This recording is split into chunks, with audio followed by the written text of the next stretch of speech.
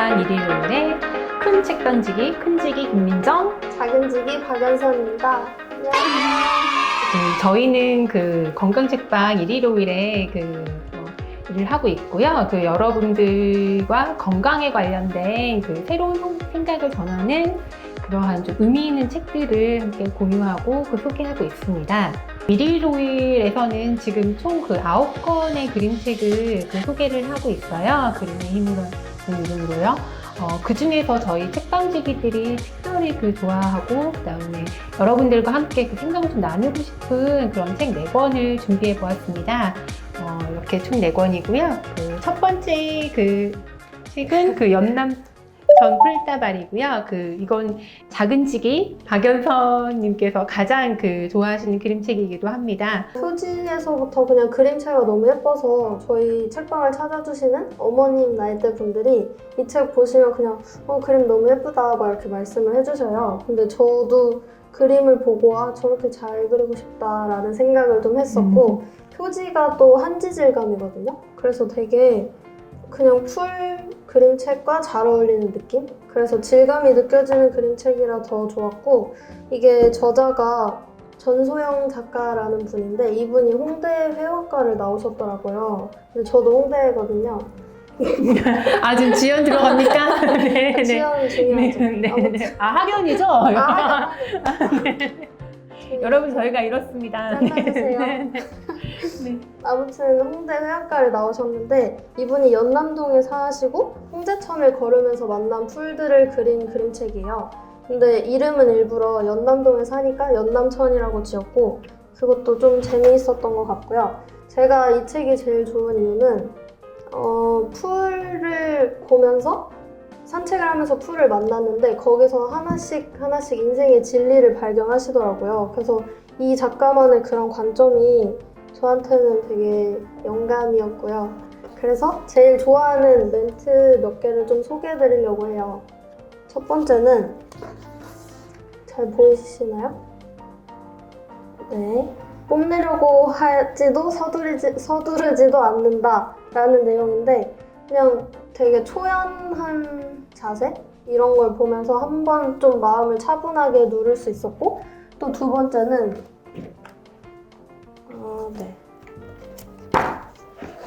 이런 내용이에요. 어떤 풀은 뾰족하고 어떤 풀은 둥글둥글하다. 둥근 풀은 뾰족한 풀이 되기 위해 애쓰지 않는다 라는 내용인데 제가 얼마 전에 나는 생각이 너무 많아 라는 책을 읽었어요. 근데 거기서도 그냥 너 자신 그대로 온전하다 뭐 이런 얘기를 하면서 굳이 어떤 모습이 되려고 애쓰지 말라고 얘기를 하거든요. 근데 그거랑 되게 일맥상통하고 정말 풀들을 보면 자기 생긴 대로 곧게 자라기만 하잖아요. 그래서 그런 모습이 되게 멋있었고 좋아서 감동적이었어요. 그리고 마지막은 흔들흔들 풀들은 부드럽다. 고개를 숙일 줄은 알지만 부러지진 않는다. 이 내용을 보고 저희 책방에서 어떤 단골 손님이랑 진짜 꽤 오래 얘기를 나눴거든요. 이런 문장이 풀을 보고서 저런 뭔가 풀의 유연함? 그런 걸 찾을 수 있었다는 게 되게 작가분이 멋지시다라는 이야기를 많이 나눴고 이 말이 저한테도 되게 좋은 김수영 시인의 풀 좀 떠올리게 하는 바람보다 먼저 눕고 바람보다 먼저 일어난다는 그런 시도 좀 떠올리는 그런 문구가 아닌가 싶습니다. 맞습니다. 그리고 또 이제 마지막으로 제가 이 책에서 좋았던 점은 이게 그림이 되게 많은데 풀 이름이 없어서 저는 사실 조금 아쉬워하고 있었거든요.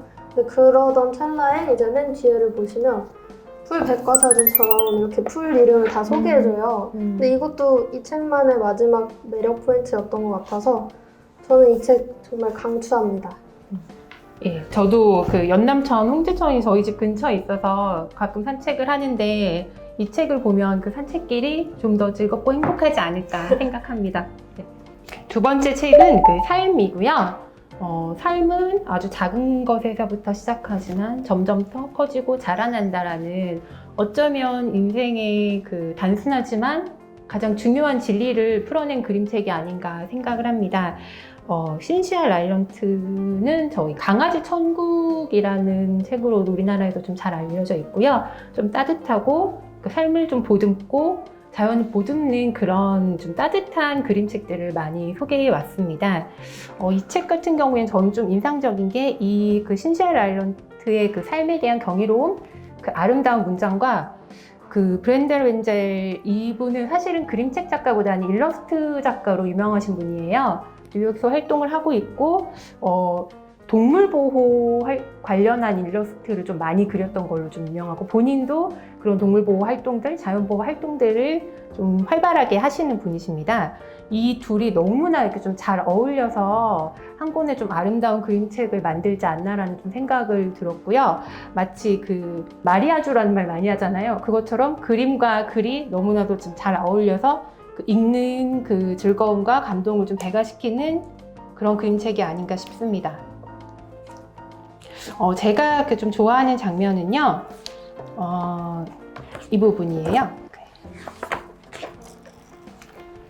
그러니까 동물들은 삶의 비밀을 알고 있습니다. 모든 삶은 변한다는 것이죠. 라는 부분인데, 이 그림이 딱 보면은, 그 밤하늘에 이렇게 새떼가 이렇게 날아가면서 그 달과 함께 그 자연의 너무나 아름다운 풍경이 연상되면서도 또 자세히 보면 이 새 한 마리 한 마리당 아주 이렇게 좀 재미있고 또 귀여운 표정들을 하고 있어요. 이 사진도 마찬가지고요. 이런 부분들이 뭔가 자연의 경이로움과 하지만 또 그 안에 살아가는 생명체의 그런 사랑스러움을 함께 담았다고 해야 될까요? 이런 부분 때문에 삶에 대한 경외심이 함께 들기도 하지만 또 이런 동물들의 귀여움이 좀 자연스럽게 미소 짓게 하는 그러한 매력이 있는 것 같습니다.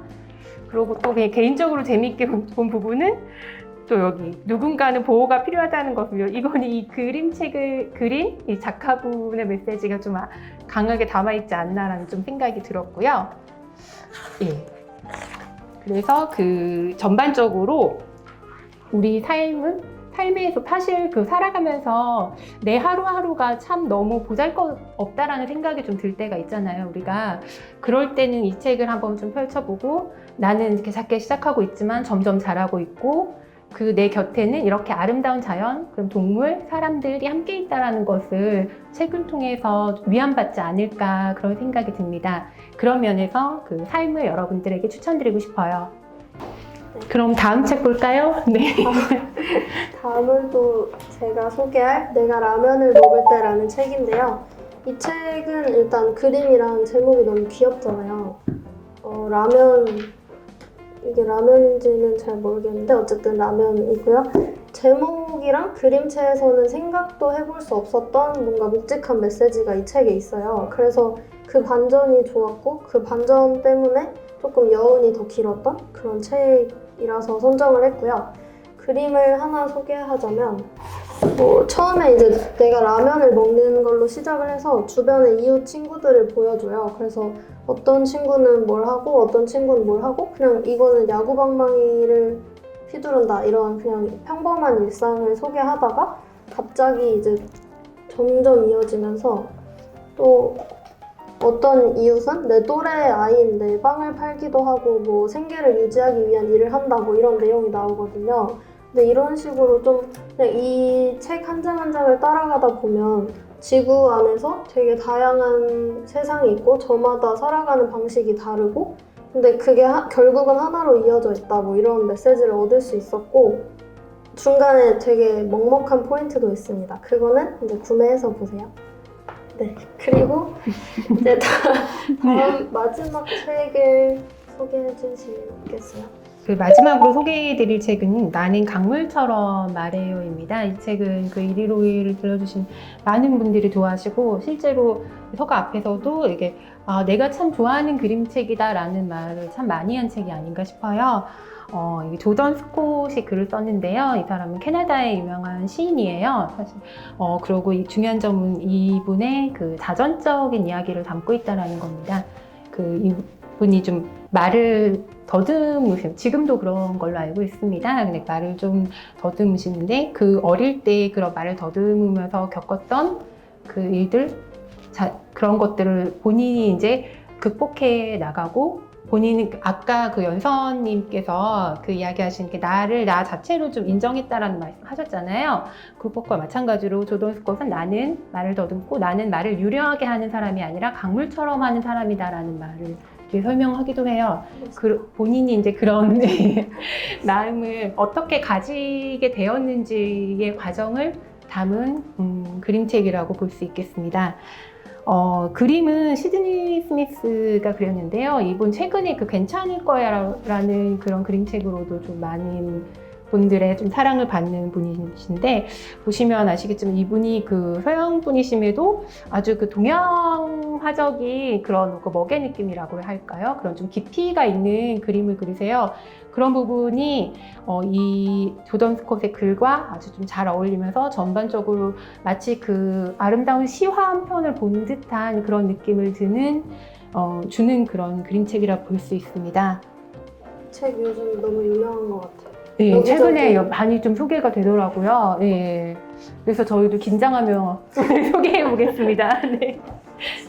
첫 분부터 이렇게 그 포말이라고 할까요? 그 아름다운 강이 부딪히고 그 깨어지면서 만들어낸 이런 아름다운 풍경으로부터 시작하는 점도 저는 참 인상적이었습니다.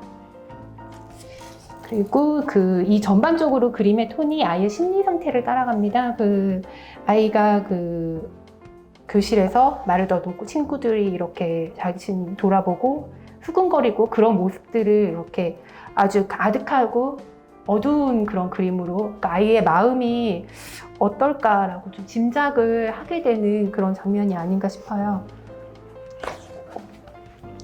그런데 아버지는 그 아이를 데리고 강으로 갑니다. 실제로 그러셨다고 해요. 그래서 강에서 아이에게 너 말을 더듬는 거를 뭐 혼을 내거나 너는 잘할 수 있어 이런 말이 아니라 강을 보여줬어요. 강을 보여주고 너는 강물처럼 말한다라는 말을 하십니다.